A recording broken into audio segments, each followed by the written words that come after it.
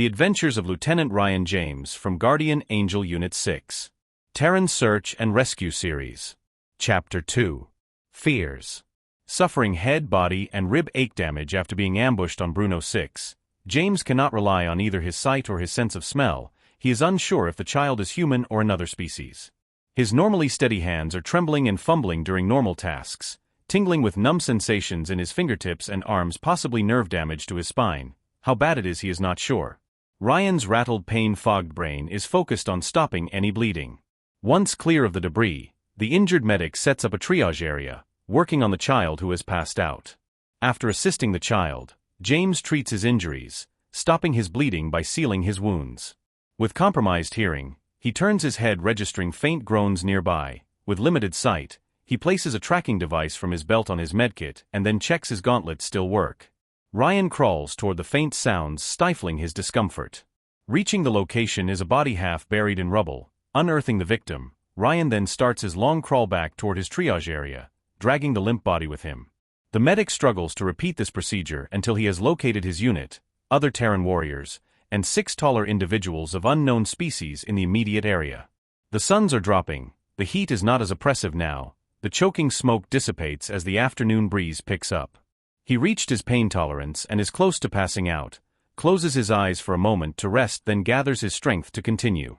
Ryan has just finished working on his last patient's sealing wounds that are bleeding when he hears a faint sound and smells a scent of a strange pungent stink behind him. Instinctively he grabs his rifle, turns and fires. Just before he does, there is a sharp pain and burning sensation from a long blade plunged through his back by their ambusher. The turning movement has saved his life. The blade has missed all vital organs. The sudden reflex action of pulling the trigger kills his attacker as the recoil of the weapon's blast impacts the attacker's neck and head, killing the ambusher instantly. Slumped against a short wall, Ryan reaches into his medkit, trying to stop the bleeding from his wound. He cannot reach the wound in his back, but he has closed the exit wound around the blade with a sealant gel for wounds. He starts coughing and he can taste blood. He struggles to breathe and his limbs feel suddenly heavy. As darkness closes in, he feels he is surrounded by ghostly figures. His hands try to lift his rifle, but his strength is gone. Hearing Zeniti being spoken, darkness is closing in as Ryan pleads with his captors, muttering weakly, "Please help, no danger to you, need doctor's help. The child has crush injuries, medical assistance needed to survive. Contents in my medkit, not enough, needs better care."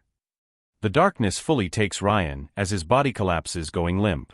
The lead Zeniti of the squad, Commander Zenak, is curious, looking down at the human and then at the bodies who surround him. The medic assisted their brethren with their wounds, as well as his Terran warriors.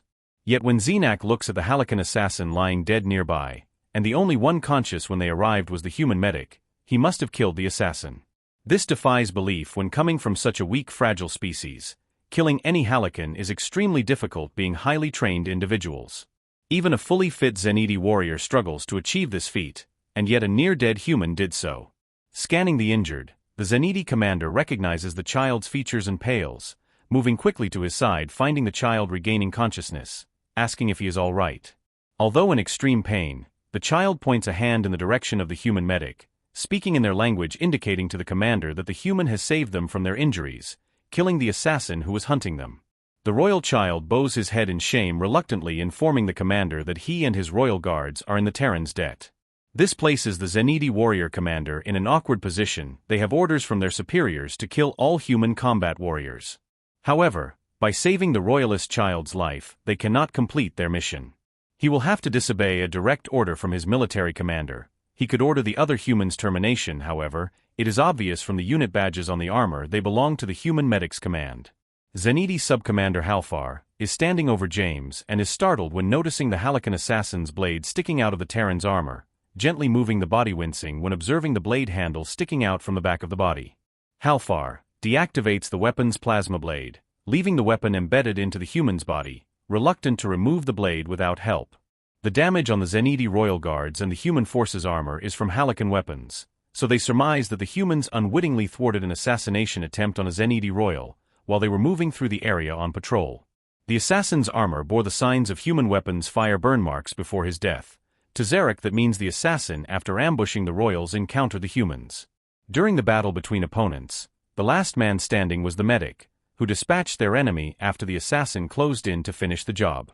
The assassin had badly underestimated the humans' abilities and died. Under Zeniti royal law, the humans here cannot be killed, due to protecting the life of a royal. Commander Zenak knows he will lose his command position and his rank within their military for his decision to disobey an order, but he had been brought up in the lower section of the palace, and is bound by their laws over his military obligations. Zenak calls for his healers to treat the royals' and Terran's wounds. As the suns drop on the horizon on Bruno 6, the moons start to rise as the healers work on Ryan James's wounds.